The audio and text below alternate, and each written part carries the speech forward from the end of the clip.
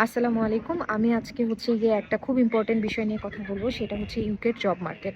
সেটা হচ্ছে খুব রিসেন্ট একটা অ্যাক্টিভিটিসের জন্য আমার কাছে মনে হলো এটা নিয়ে আমি কথা বলি। আর ফেসবুকে তো এটা আসার পর থেকে এটা নিয়ে প্রচুর পরিমাণের কথাবার্তা হচ্ছিল। মেইন ঘটনা হচ্ছে এখানে স্টুডেন্টরা হচ্ছে 20 ঘন্টা কাজ করার পারমিশন পায়। তারা হচ্ছে এনআই জব করতে পারবে 20 ঘন্টার জন্য।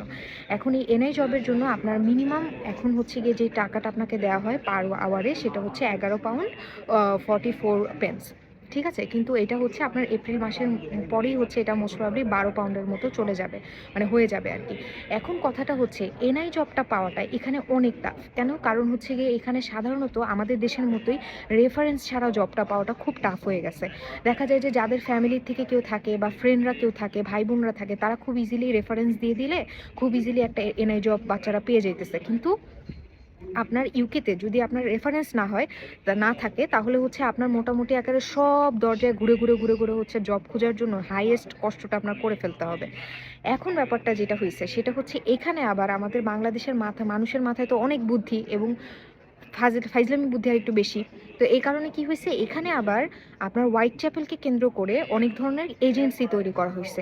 সেই এজেন্সিরা কি করে, ওরা হচ্ছে বলে যে তোমরা আসো, আমরা আমরা আমাদের পক্ষ থেকে তোমাদেরকে আমরা জব দিয়ে দিব। তোমাকে জব থেকে যদি হচ্ছে 13 পাউন্ড দেয়, আমি তোমার কাছ থেকে 2 পাউন্ড রেখে দিব অথবা 3 পাউন্ড রেখে দিব, বাকি 10 পাউন্ড তুমি পাবা। এরকমভাবে হচ্ছে ওরা ডিলটা করে। তো যেহেতু স্টুডেন্টরা এখানে জব পায় না, তো সাধারণত দেখা যায় কি ওরা ওই ডিলটাতে হচ্ছে রাজি হয়ে যায়। এখন এই রাজি হওয়ার যে ব্যাপারটা, প্রথম কথা হচ্ছে এই এজেন্সিগুলো কাজ করা কিন্তু লিগেল, কিন্তু সব এজেন্সি কিন্তু এখানে লিগেল না। আপনার হচ্ছে 100টার মধ্যে হাইয়েস্ট 5টা এজেন্সি হবে যারা হচ্ছে লিগেল, আর বাকি সবগুলো হচ্ছে আপনার ইললিগেল। ওরা কি করবে, আপনাকে দিয়ে হচ্ছে কাজ লাগায় নিজেদের এই রেফারেন্সে আপনাকে জবটা দেওয়া হবে। আপনি ভাববেন আচ্ছা আমি তোদের সাথে কন্ট্রাক্টে সাইন করে ফেলছি, এখন তো আমার এই টাকাটা দিতেই হবে। কিন্তু আপনি আপনার এজেন্সির যদি কোনো ভ্যালিড কাগজপত্র না থাকে, তাহলে সেই এজেন্সির কোনোভাবেই হচ্ছে এন্টাইটেলড না আপনার কাছ থেকে টাকা নেওয়ার জন্য।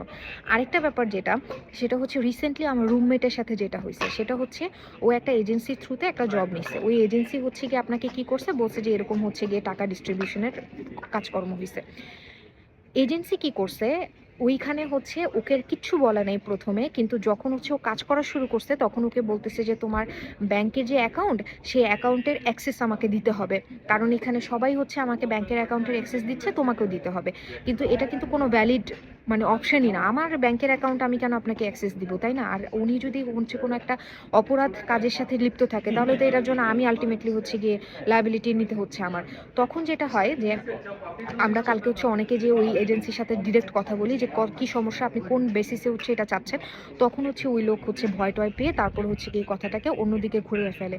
তো লং স্টোরি শর্ট, এখানে আসার সময়, বাংলাদেশ থেকে আসার সময়ও এজেন্সির থেকে অনেক বেশি সাবধান, আর এখানে আসার পরেও জব নেওয়ার ক্ষেত্রে এজেন্সির ব্যাপারে খুব বেশি সাবধান থাকতে হবে। আপনাকে যদি কোনো কাগজপত্র সাইন করতে বলে, আপনি পুরো কাগজপত্র নিজে না পারলেও দেখে, মানে আপনার আশেপাশে যারা আছে ভাই বোন বা যারাই থাকুক তাদেরকে সবাইকে দেখায় তারপর হচ্ছে সাইনটা করবেন। প্রত্যেকটা ক্লজ ঠিকঠাকভাবে পড়বেন, না হলে হচ্ছে গিয়ে আপনি কিন্তু এখানে অনেক বেশি পরিমাণের হচ্ছে গিয়ে বিপদে পড়ার পসিবিলিটি আছে।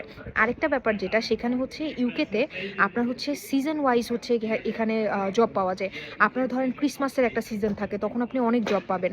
সামারের টাইমে আপনি জব পাবেন, কিন্তু আপনার হচ্ছে সাধারণত জানুয়ারি থেকে মার্চ পর্যন্ত এই টাইমের যে টাইমটা, ওটাকে বলা হয় হচ্ছে গিয়ে আপনার কি বলে, এটাকে বলে হচ্ছে গিয়ে একদম কুল টাইম। ওই টাইমে হচ্ছে কোনো জব পাওয়া যায় না।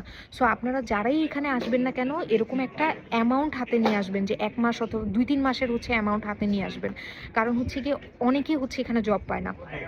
আমার ক্ষেত্রে আমাকে আমার এক বড় ভাই সাহায্য করার কারণে আমি খুব তাড়াতাড়ি হচ্ছে একটা এনআই জব পেয়ে গেছিলাম, কিন্তু ম্যাক্সিমাম ক্ষেত্রে কিন্তু এটা হয় না।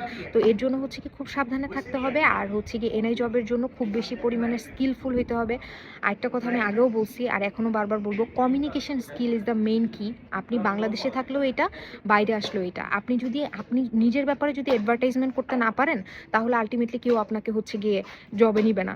সবাই তার জবের জন্য হচ্ছে বেস্ট একটা এমপ্লয়ি চায়। সো আপনি নিজেকে যদি বেস্ট হিসেবে প্রুফ করতে না পারেন, তাহলে হচ্ছে আপনাকে এখানে জবে নিবে না। এখানে সবাই জানে যে আপনি বাংলাদেশে রিটেলে কাজ করেন নাই, আপনি কফি শপে কাজ করেন নাই, কিন্তু আপনাকে এসে ওদের সাথে কথাটাই এইভাবে বলতে হবে যে আমি সব কাজ পারি, আমি না পারলেও আমাকে বলো, আমি শিখাই ফেলবো, আমার 2 দিন লাগবে খালি, এরকম টাইপের। আরেকটা ব্যাপার হচ্ছে গিয়ে মোট কথা হচ্ছে আপনার এখানে একটা এনআই নাম্বার দেওয়া হবে আপনাকে, ওই এনআই নাম্বারটা দিয়ে আপনি হচ্ছে অনলাইনে সব জায়গায় অ্যাপ্লাই করবেন। এবং পাশাপাশি হচ্ছে আপনার আশেপাশে যেই ভাই ব্রাদার যারাই আছে পরিচিত, মামাতো ভাই, ফুফাতো ভাই, খালাতো ভাই, চাচাতো ভাই, সবাইরে ধরে ধরে হচ্ছে গিয়ে আপনি রেফারেন্স নেবেন, নিয়ে হচ্ছে আপনি জবের জন্য অ্যাপ্লাই করবেন। এখন কথা হচ্ছে ইউকেতে কেন হচ্ছে জব মার্কেট খারাপ। আমি এতদিন পর্যন্ত এসে আমি একটা পার্সোনাল এক্সপিরিয়েন্স থেকে বলবো, কিছু স্টুডেন্টদের কমিউনিকেশন স্কিল অনেক খারাপ থাকে, কিছু স্টুডেন্ট আইটির ব্যাপারে খুব বেশি পরিমাণের ব্যাকডেটেড থাকে, কিছু স্টুডেন্ট দেখা যায় যে ও পারে কাজ কিন্তু ওইটা বুঝাইতে পারে না যে আমি তো কাজটা পারবো, কিছু স্টুডেন্ট থাকে প্রচুর নার্ভাস, ওদের সাথে কথা বললে বোঝা যায় যে ও নার্ভাসে ফুটে যেতেছে এমন সিচুয়েশন। আর কিছু স্টুডেন্ট থাকে ওরা চাবে যে ওদের বাসায় ওদের রুমে এসে জব দরজা নক করে তারপর হচ্ছে বলবে এই নাও তোমার জব, তুমি এখন এই জবটা করো, এরকম টাইপের স্টুডেন্ট। এরা হচ্ছে কখনো জব পায় না। আপনি এখানে আসার পরে লন্ডন ভাই থাকবেন 2-3 বছর, সমস্যা নেই, আপনি ঘুরেন লন্ডন, আগে আপনি জব খুঁজবেন, তারপর আপনি ঘোরা শুরু করবেন। এটা হচ্ছে যদি মাথায় রাখেন তাহলে জব পাওয়াটা খুব ইজি। আর যদি হচ্ছে কি মনে করেন যে না আমার কাছে এরকমভাবে এত কষ্ট আমি করতে পারবো না, তাহলে আসেন না, আসার দরকার নেই। তো আপনি বাংলাদেশে থাকেন, একটা কমফোর্টেবল লাইফ তো ওখানে আপনি লিড করতেছেন, কিন্তু এখানে আসার পরে আপনার সবার সাথে একসাথে হচ্ছে কি কষ্ট করতে হবে, কষ্ট ছাড়া এখানে আর কোনো সলিউশন নাই। এটা বারবার মাথায় রাখবেন। বাংলাদেশে হচ্ছে গিয়ে প্রিন্স ট্রিটমেন্ট নিয়ে বাসায় থাকছেন, বাসায় কোনো কাজকর্ম করেন নাই, এখানে এসে যদি এই ট্রিটমেন্ট চান এটা কেউই আপনাকে কখনো দিবে না। সো এইসব মেন্টালিটি থেকে বের হয়ে এখানে এসে তারপরে হচ্ছে এখানে জবটা খুঁজতে হবে। এই কাজ করব না, এটা আমার ফ্যামিলির সাথে যায় না, এটা আমার স্টেটাসের সাথে যায় না, এত কিছু হিসাব করে এখানে জব করতে চাইলে ভাই এখানে জব মার্কেটে টিকে থাকাটা খুব টাফ। আর যারা হচ্ছে এখানে এসে খুব তাড়াতাড়ি মিলাই নিতে পারে, যারা এখানে খুব তাড়াতাড়ি হচ্ছে গিয়ে মানে সব কিছু অ্যাডপ্ট করে নিতে পারে, তাদের দেখা যায় আশেপাশে কেউ না থাকলেও না তারা জব ম্যানেজ করতে পারে। আর যাদের হচ্ছে মানে এইসব কোয়ালিটিগুলো থাকে না, তাদের আসলে আশেপাশে পুরো ফুল ফ্যামিলি থাকলেও কোনো লাভ নেই। আর একটা ব্যাপার হচ্ছে, যেহেতু এখানে এজেন্সির একটা ঝামেলার কথা আমি বললাম, কারণ এইটা নিয়ে আমি কাউকে কথা বলতে শুনি নাই।